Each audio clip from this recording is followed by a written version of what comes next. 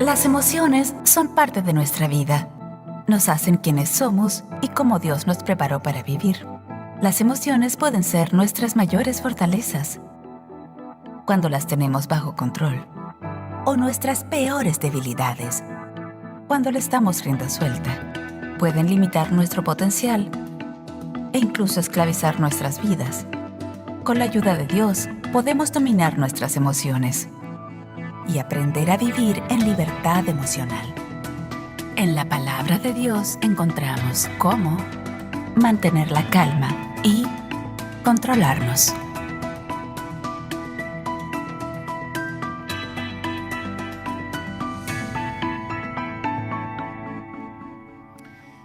Pues nuevamente buenas tardes a cada uno de los que están aquí, en especial aquellos que todavía les faltó una hora para dormir en este día. Muchas gracias por haber hecho el esfuerzo de estar aquí en este domingo, que es el cambio de hora, pero también es el principio del Spring Break. Así que esta semana yo sé que muchos están contentos, muchos van a poder descansar un poquito. Y qué bueno que tú has iniciado esta semana acompañándonos aquí en Sugar Creek en español. Y aquellos que nos están acompañando en vivo y que posteriormente están viendo estos videos también, bienvenidos. Muchas gracias por acompañarnos a través de los medios que hay en el internet. Pues en esta tarde estamos continuando con una serie que comenzamos hace unas pocas semanas, donde estamos hablando acerca de controlarnos en cuanto a nuestras emociones. Porque la realidad es que la mayoría de nosotros pasamos por momentos en nuestra vida donde nuestras emociones tienden a controlarnos. Y cuando es así, cuando nuestras emociones nos controlan, el gran problema que nosotros tenemos es de que nos metemos en problemas.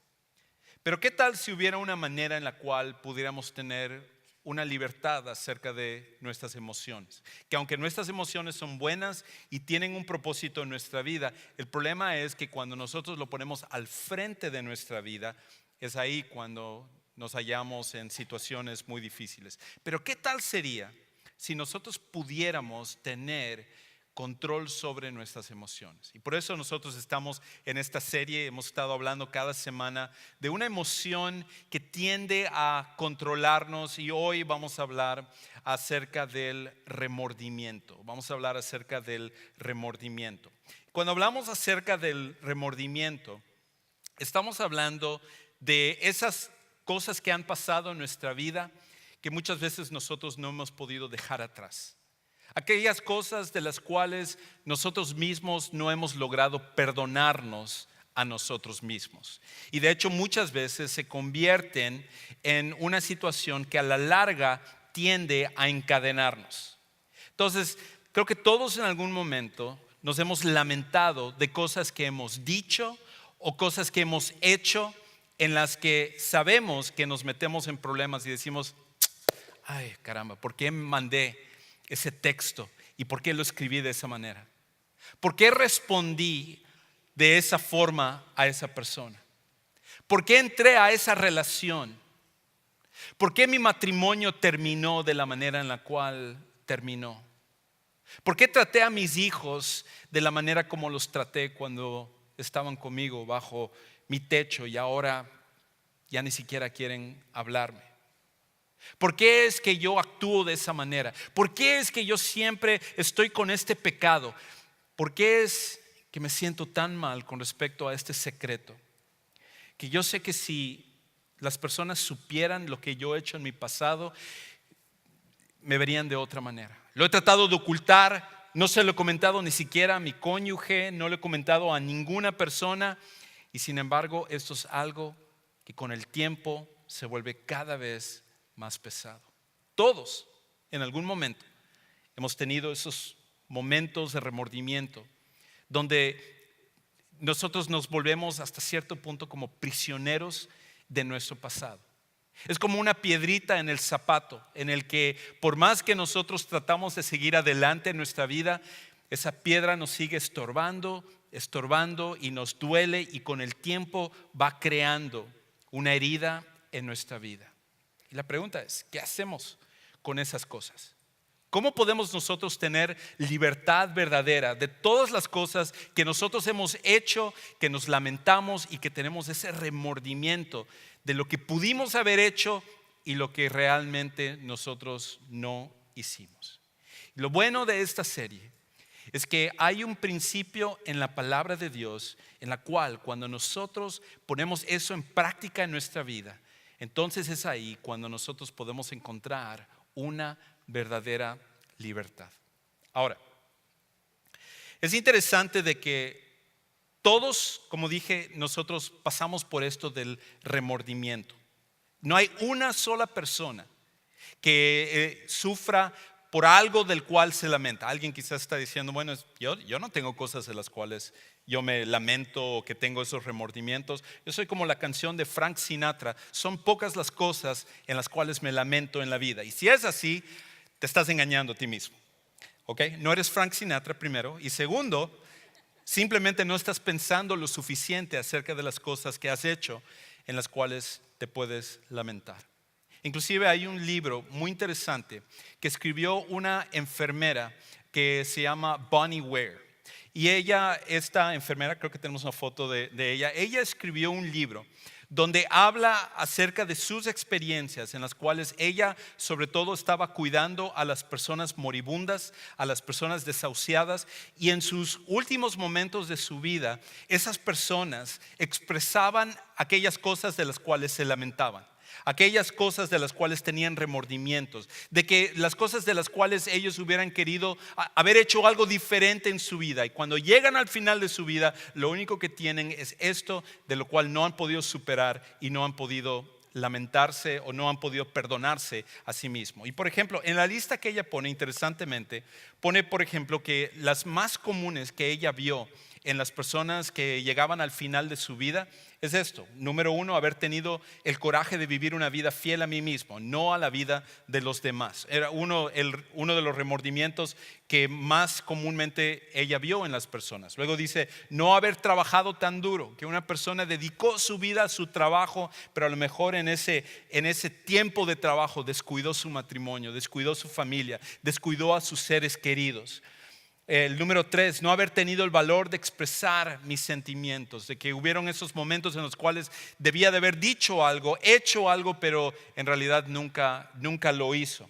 4, haberme mantenido en contacto con mis amigos, en especial aquellas personas que uno sabía que ellos querían lo mejor para uno y poco a poco hubo ese distanciamiento o hubo una relación que se terminó, cualquier cosa que haya pasado así, pero luego te lamentas de esa relación que no continuó. Y luego 5, haberme hecho más feliz. Ahora, yo personalmente quizás no estoy de acuerdo en algunas de estas cómo se han formulado, pero es interesante que todos al final de su vida llegan a ese momento donde dicen, si yo hubiera podido vivir mi vida de otra manera, hubiera hecho las cosas diferentes. Hubiera yo obrado de manera diferente. Hubiera tratado a las personas de forma diferente. Y esto llega a tal punto de que para algunos esto se ha convertido en una prisión.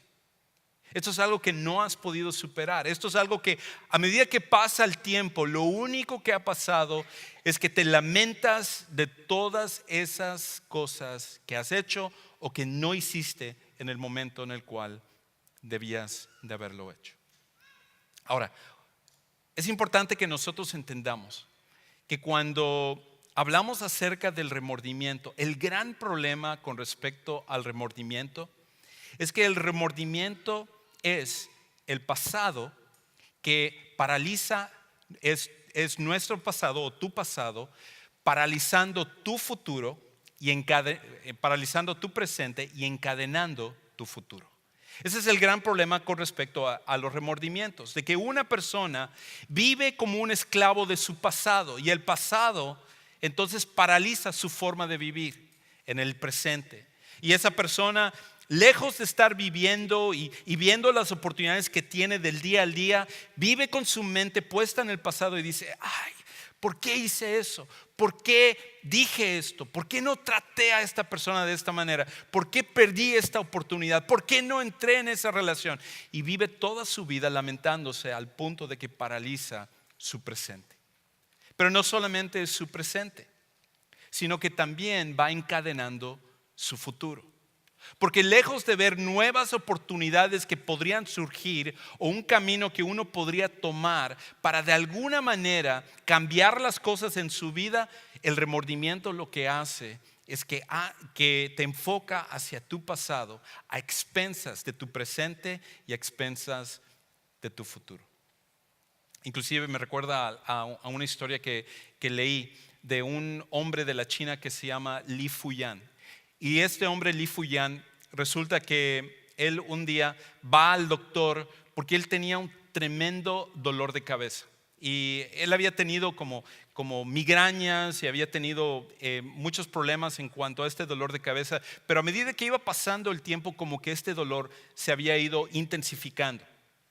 Y cuando él llega al doctor, el doctor le hace su análisis y resulta que el problema acerca de lo que estaba causando estas migrañas, estos grandes dolores de cabeza, era que él tenía una parte de un cuchillo que estaba insertado en su cabeza. Y lo que había pasado es que años antes, por años él había tenido estas migrañas, años antes alguien le había tratado de asaltar. Y en ese proceso de asaltarle, le clavaron un cuchillo en su cabeza y él, sin darse cuenta, el cuchillo se había roto y lo que era parte del cuchillo había quedado insertado en su cabeza. Y nadie lo había detectado. Lo único que él había pensado es que el corte que él tenía era lo que más le habían lastimado, pero que él pensaba que él había sido afortunado simplemente de que fue un corte, pero no era nada más. Pero no se había dado cuenta de que este objeto extraño se encontraba dentro de él y a la larga estaba causando que estos dolores se fueran intensificando. Y creo que como eso, el remordimiento también es un objeto extraño que cuando nosotros permitimos que permanezca en nuestra vida, lo único que va haciendo es que con el pasar del tiempo va incrementando nuestro dolor y va incrementando nuestra angustia y nuestra forma de ver nuestro presente y nuestro futuro. Demasiadas personas, e inclusive cristianos, viven lamentándose de su pasado y al hacer eso no han podido perdonarse a sí mismos los errores y los pecados y las cosas que han hecho en su pasado. Y por lo tanto su presente y su futuro está en peligro. Ahora, ¿qué es lo que nosotros debemos hacer? ¿Cómo nosotros podemos evitar que el remordimiento traiga este daño a nuestra vida y que nosotros no seamos prisioneros de lo que es el remordimiento?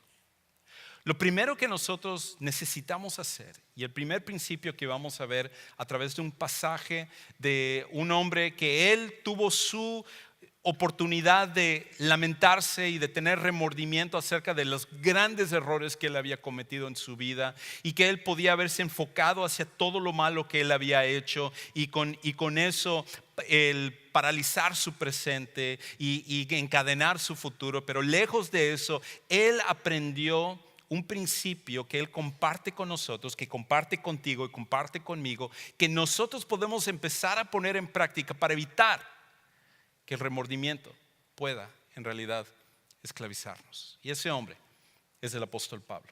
El apóstol Pablo.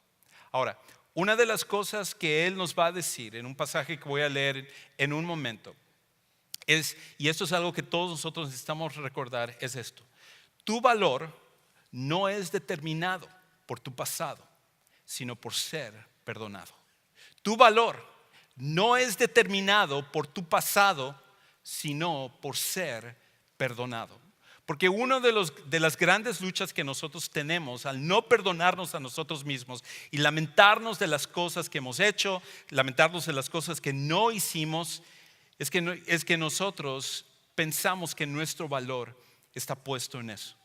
Que esas oportunidades que nos han marcado, ese matrimonio que fracasó, esa relación que nosotros dañamos a otras personas o que no hicimos las cosas que debíamos de haber hecho, o esas oportunidades desperdiciadas, eso hace que nuestro valor se haya minimizado con el tiempo.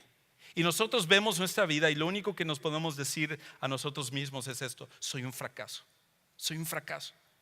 Y aunque nosotros venimos acá y si tú eres un seguidor de Jesús y tú escuchas que Dios te perdona, que Dios tiene la gracia, que Él tiene misericordia, en tu mente todos esos conceptos tú lo aceptas, pero en tu corazón hay algo que te dice a ti, no es así. Yo no creo que Dios me perdone. Es más, yo no merezco el perdón. Después de las cosas que yo he hecho, yo no merezco que me perdonen porque al final mi vida es un fracaso.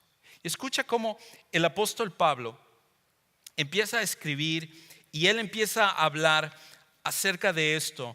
Y él está recapitulando un poquito acerca de su pasado y los grandes errores que él había cometido y la manera en la cual él logra encontrar libertad del remordimiento. Él dice en el versículo 12 de primera de Timoteo capítulo 1, y él dice de la siguiente manera: doy gracias a Cristo Jesús nuestro Señor, que me ha fortalecido, porque me tuvo por fiel poniéndome en el ministerio, aún habiendo sido yo antes blasfemo, perseguidor y agresor. Sin embargo, se me mostró misericordia porque lo hice por ignorancia en mi incredulidad. Ahora, es interesante cómo Pablo comienza esta porción donde él está escribiéndole a su hijo espiritual que se llamaba Timoteo, que él ahora había llegado a ser un pastor también, y él está recordando su pasado. Él está recordando cómo él había llegado hacia el cristianismo siendo el enemigo público número uno de los cristianos.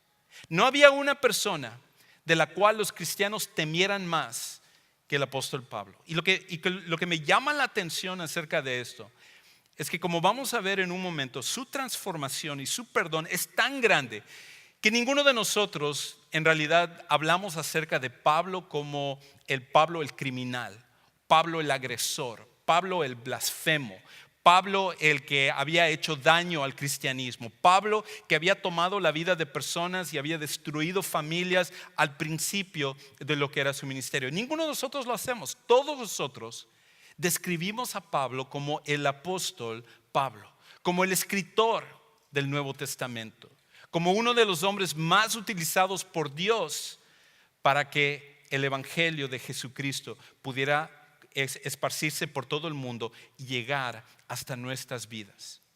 Cuando nosotros pensamos en Pablo, no pensamos en su pasado, pensamos en toda la manera en la cual Dios lo había cambiado.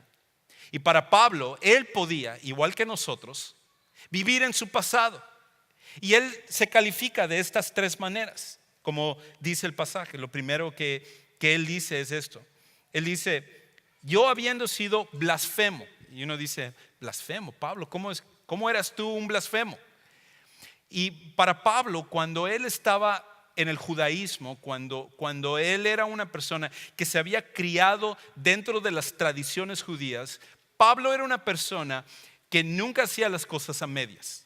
Él no entraba a las cosas de una forma casual, sino que cuando él entraba a una cosa lo hacía de una forma apasionada. Y para él su judaísmo era todo lo que lo identificaba. Y por esa razón, cuando él escuchó acerca de este movimiento o en su mente esta secta, este grupo falso que estaba comenzando, que se llamaba el cristianismo, donde estaban siguiendo a una persona que decía ser el Mesías y que ese hombre era Jesucristo, él le empezó a hervir la sangre. A él empezó a sentir una pasión y una coraje y una ira, donde él decía: yo no me puedo quedar con los brazos cruzados, yo no puedo simplemente dejar que esta secta pueda dañar a las personas y puedan blasfemar en contra del nombre de Jehová, el verdadero Dios, el Dios de nuestro judaísmo. Yo voy a hacer algo al respecto. Y Pablo empieza a tomar cartas en los asuntos. Literalmente toma cartas en el asunto, porque empieza a pedir cartas por parte de los líderes religiosos para que él pudiera ir a empezar a perseguir a los cristianos. Y en más de una ocasión él describe en Hechos capítulo 22, por ejemplo, que él iba a la casa de los cristianos con las cartas que les habían dado, que lo autorizaban a ir a donde él quisiera. Y él entraba y en medio de una familia que él sabía o sospechaban que era que eran cristianos, tomaba al papá en medio de los lamentos de la mamá y de los hijos que quizás estaban en ese momento ahí, y todos pidiéndole por favor que no se llevara a su papá o quizás su mamá, o en muchas ocasiones podía haber sido que Pablo, él tomaba a las dos personas y se los llevaba, y él pensaba que todo eso él lo estaba haciendo por Dios. Él pensaba que todo eso lo estaba haciendo por la causa de Dios. Y cuando él escuchaba el nombre de Jesús, él decía: ¡ay, ese maldito Jesús! Y malditos sus seguidores. Y con ello, él estaba blasfemando el nombre de Jesús y blasfemando el nombre de Dios. Y por esa razón, él se califica de esa manera. Él dice un blasfemo, un perseguidor y un agresor. En otras palabras, Pablo se identifica a él mismo como el primer bully de la historia, en la cual él iba y él tomaba a la fuerza a las personas.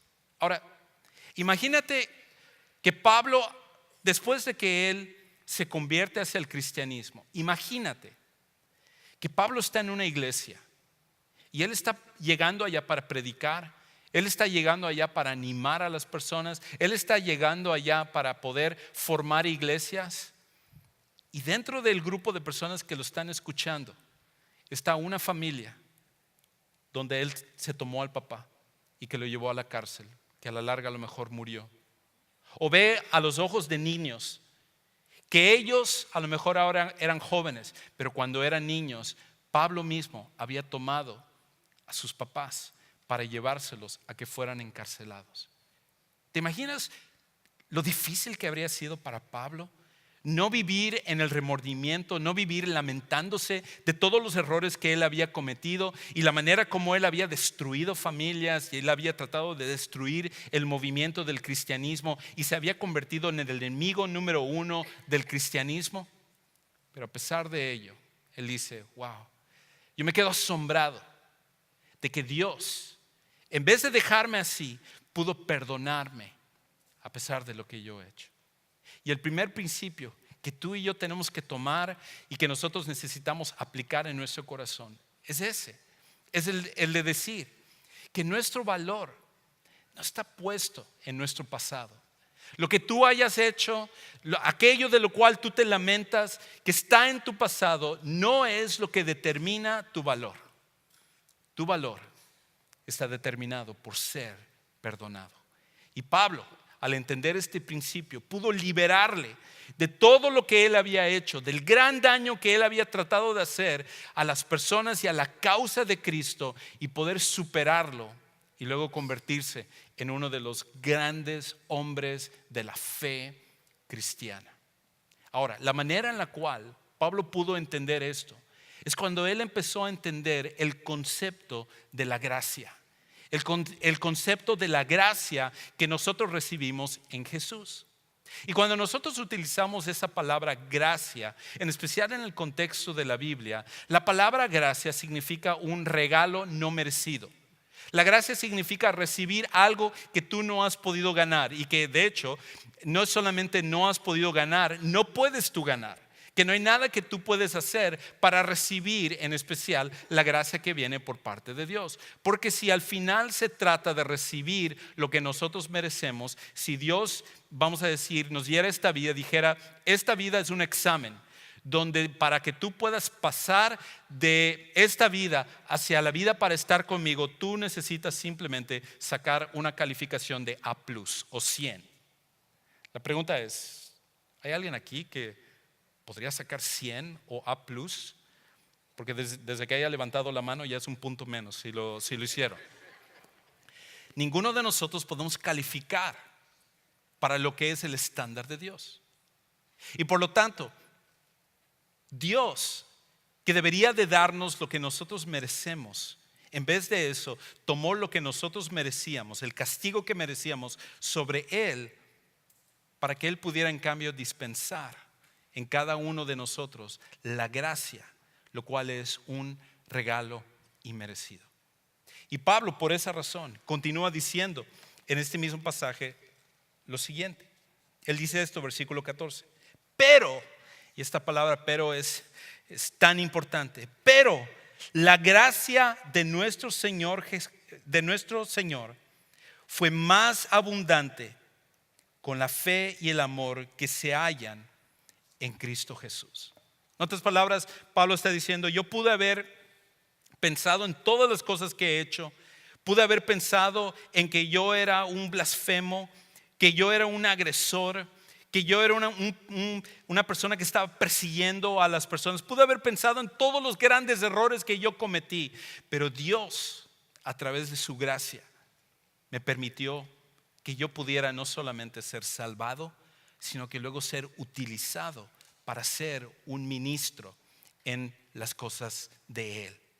Y por esa razón, una de las cosas que nosotros tenemos que darnos cuenta con respecto a esto de la gracia es esto: la gracia en Jesús sobreabunda más que tus peores pecados. La gracia en Jesús sobreabunda más que tus peores pecados. Y me encanta la manera como Pablo lo escribe, porque cuando él habla aquí, aunque en esta versión habla de abundante, es la traducción como utiliza esta palabra, en el idioma original esta palabra, este es el único lugar donde aparece esta palabra. Y lo que Pablo estaba tratando de expresar a través de la gracia de Dios es esto: muchas veces nosotros pensamos con respecto a la gracia que esta gracia tiene un límite y que nosotros muchas veces nuestros pecados van a pasar el límite de la gracia de Dios, que en alguno de estos días, cuando nosotros continuemos viviendo la manera como vivimos y nosotros hacemos cosas que no deberíamos hacer, en algún momento corremos el riesgo de que nuestros pecados superen el límite de la gracia de Dios. ¿Por qué? Porque así sucede en cada una de nuestras relaciones. Tú tienes un límite en cuanto a tu relación con tu esposa o con tu esposo. Tú tienes un límite en cuanto a tu relación con tus amigos. Tú tienes un límite en cuanto a una relación con amigos o personas en la iglesia. Todas nuestras relaciones tienen un límite. Y de forma natural, todos nosotros pensamos que nuestra relación con Dios también tiene ese límite. Y en el momento que nos propasamos de ese límite, entonces automáticamente la gracia de Dios no es suficiente para poder cubrir nuestros pecados. Pero Pablo quiere que nosotros entendamos qué tan grande es la gracia. Y por esa razón, cuando él escoge una palabra para tratar de describir el límite de la gracia, él lo que dice es que no solamente la gracia abunda, sino que él tomó dos palabras que no se utilizaban en el griego original, en el idioma original, no aparecen en ninguna otro lado, porque él decía, la palabra abundar no es suficiente. Entonces le puso un prefijo para que pudiera ser sobreabundar, para que nadie tuviera duda de decir que la gracia no solamente es suficiente, sino que es mucho más de lo que nosotros podemos llegar. Y eso es lo que Dios quiere que tú sepas el día de hoy: que su gracia es suficiente para cubrir tus peores pecados. Quizás tú podrías pasar aquí y decirme: Juan Carlos, es que tú no sabes lo que yo hice, tú no sabes el daño que causé, tú no sabes las cosas que he ocultado todo este tiempo, tú no sabes la manera en la cual me expresé, tú no sabes la manera como esta persona ha vivido de esta manera por mi culpa, y esto es algo que yo no he podido superar. ¿Cómo puede Dios perdonarme después de lo que yo hice eso? Y lo que Pablo quiere que nosotros entendamos es que por más alto que sea el estándar al cual tú has llegado en cuanto a tus pecados, la gracia de Dios siempre va a sobreabundar a lo que tú has hecho. Y por esa razón Pablo podía llegar confiado delante de Dios, de saber que su relación podía permanecer intacta con Dios a pesar de su pasado, a pesar de lo que él había hecho, porque la gracia siempre en Jesús sobreabundará más que tus peores pecados. Y el ejemplo más grande de eso fue la vida de Pablo, fue lo que él había pasado. Y por esa razón él quiere que nosotros veamos esta ilustración real y gráfica de cómo la gracia puede inclusive cubrir hasta el peor de los pecadores. Y él continúa diciendo en este pasaje, él dice en el versículo 15: palabra fiel y digna de ser aceptada por ¿quiénes? ¿Por unos? No. ¿Por quiénes? A ver, no los escucho. Por todos. En otras palabras, tú ¿dónde estás? Porque tú podrías estar diciendo, no, es que no conoces lo que yo he hecho, no conoces lo que yo he vivido, no conoces los errores y los pecados que yo he cometido. Pero él dice esto: palabra fiel y digna de ser aceptada por todos. Cristo Jesús vino al mundo para salvar a los pecadores, de la cual todos nosotros somos miembros de ese club. Y algunos tienden a querer tirarse para presidentes de ese club, entre los cuales dice: yo soy el primero. Sin embargo, por esto hallé misericordia, para que en mí, como el primero, Jesucristo demostrara toda su paciencia como un ejemplo para los que habrían de creer en él para vida eterna. Por tanto, al Rey eterno de los siglos, inmortal, invisible, único Dios, a él sea honor y gloria por los siglos de los siglos. Amén. Y lo que él está diciendo es esto: si Dios pudo perdonar y usar a Pablo, puede hacerlo con cualquiera. Si Dios pudo perdonar y usar a Pablo, puede hacerlo con cualquiera. Si en ese tiempo nosotros hubiéramos estado viviendo y habláramos con otros cristianos y se hablara acerca de que, wow, mira cómo la gente se está convirtiendo al cristianismo. Oye, ¿quién crees tú que sería la última persona en convertirse al cristianismo? Ninguno de ellos lo pensaría dos veces en decir Pablo. Pablo, ese Saulo de Tarso, como se llamaba en ese tiempo, es el peor de los peores. Él es una persona que se goza en traer violencia hacia los cristianos. Él es el enemigo número uno del cristianismo. Yo puedo pensar que inclusive Nerón, que era tan duro, o el César, o Poncio Pilato, o hasta los fariseos se convertirían. Pero si hay alguien que pensaría que nunca se convertiría al cristianismo, ese es Pablo. Y Dios toma a la última persona que la mayoría de las personas creían que se convertiría, y Él le da la gracia para que Pablo, Saulo de Tarso, pudiera convertirse en uno de los grandes hombres de la fe cristiana. Y si Dios pudo hacer eso con Pablo, Él puede hacerlo contigo. Cualquier situación que tú has vivido, cualquier pecado que tú has tenido en tu pasado. Ahora yo sé, para algunos de los que están aquí dirán, bueno, ese era Pablo, pero yo no sé acerca de mi vida. Yo no sé con respecto a las cosas que yo he hecho. ¿Continúa Dios todavía haciendo esto en nuestro tiempo? ¿O esto es algo que simplemente lo hizo con Pablo de una forma única?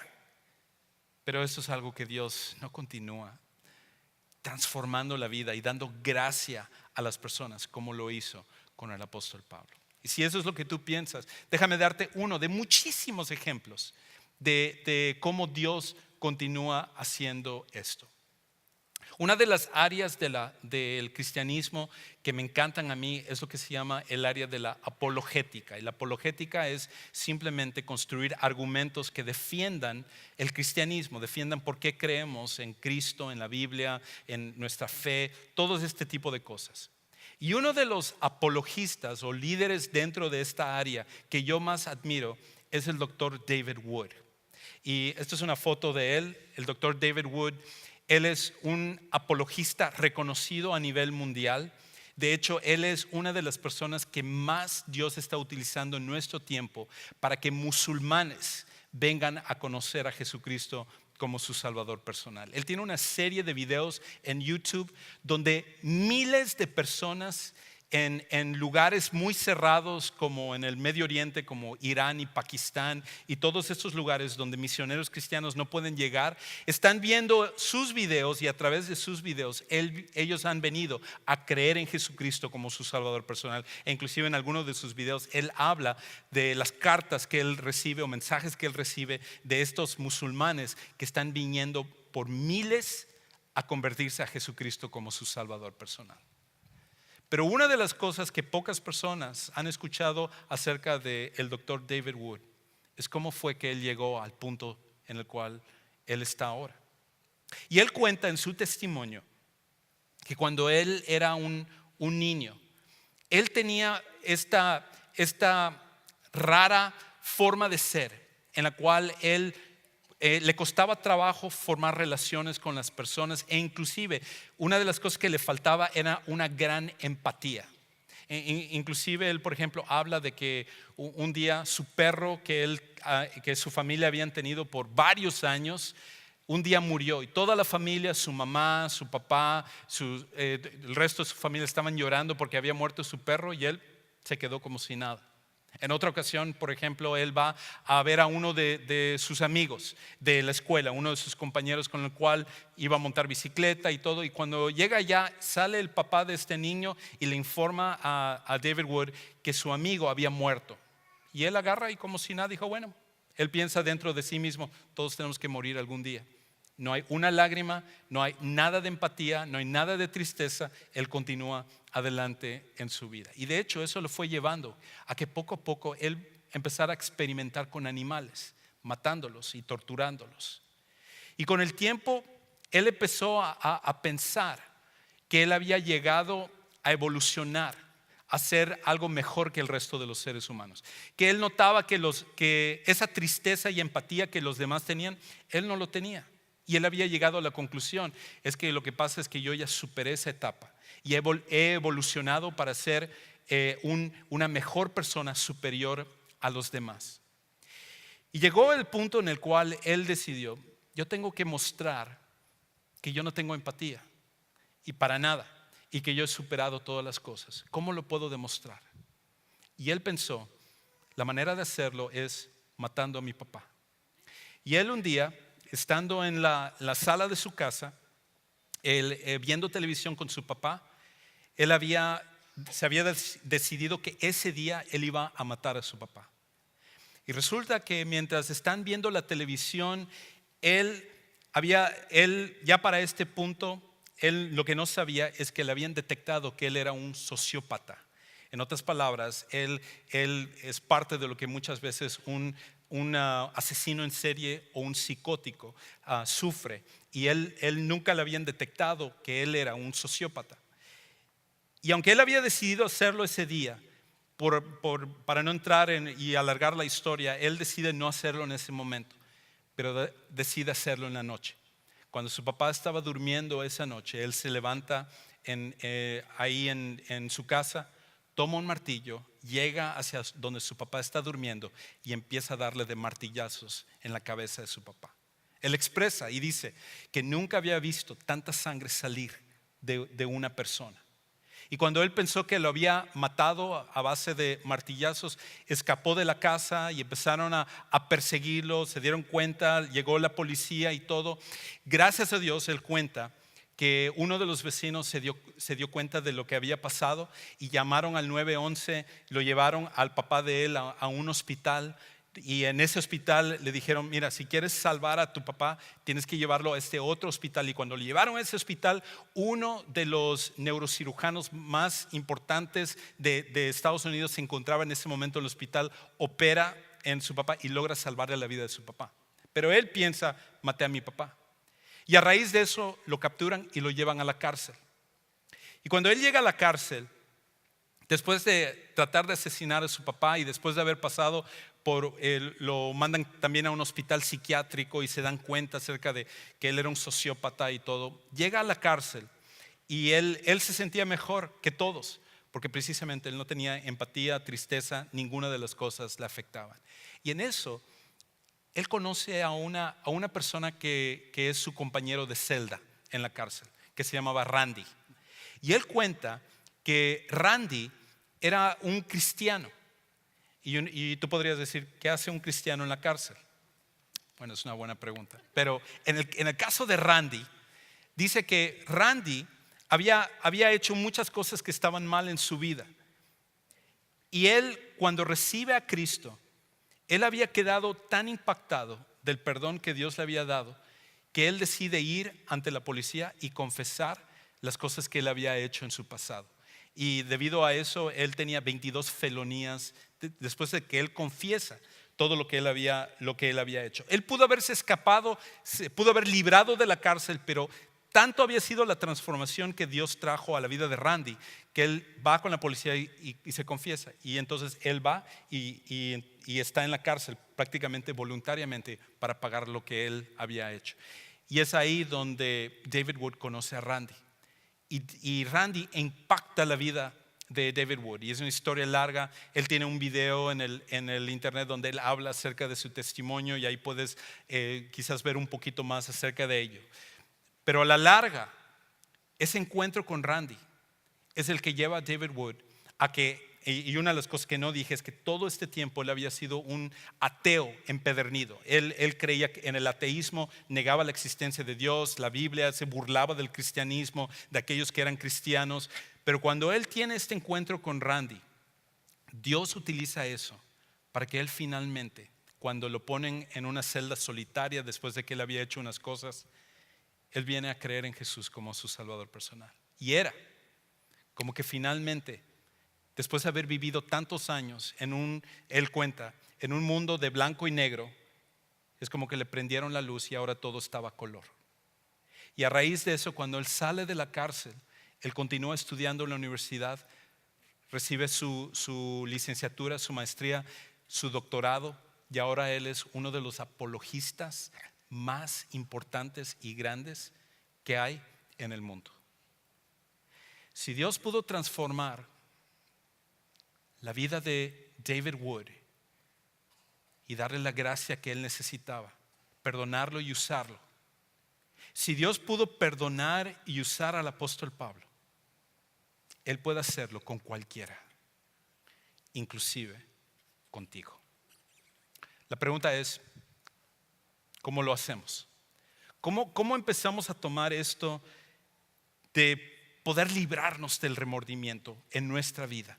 De las cosas que nos atan, de las cosas que nos lamentamos de nuestro pasado. Y quiero darte 4 cosas que creo que son importantes. Tomando esto que el apóstol Pablo ha hablado, creo que hay 4 cosas que nosotros necesitamos hacer. La primera es esta: arrepiéntete de tus pecados pasados. Arrepiéntete de tus pecados pasados. Y cuando hablo acerca de arrepentirse significa confesar delante de Dios y el de decir: Dios, yo sé que lo que hice en esa ocasión, la manera como dañé a esa persona, lo que dije en este punto de mi vida, esa oportunidad que yo dejé ir, yo sé que ahora me doy cuenta que eso era un pecado y que eso era una ofensa en contra de ti y una ofensa en contra de las personas que he lastimado. El arrepentimiento significa confesar y ponerte de acuerdo con Dios de que lo que tú hiciste está mal. Porque una de las cosas que nosotros tendemos a hacer es el de decir: yo sé que esto está mal, pero nunca hay un punto de arrepentimiento con respecto a las cosas que hemos hecho. Y el arrepentimiento es la manera en la cual empiezas a quitarte esa carga que tú has llevado en tu vida a través de todo este tiempo.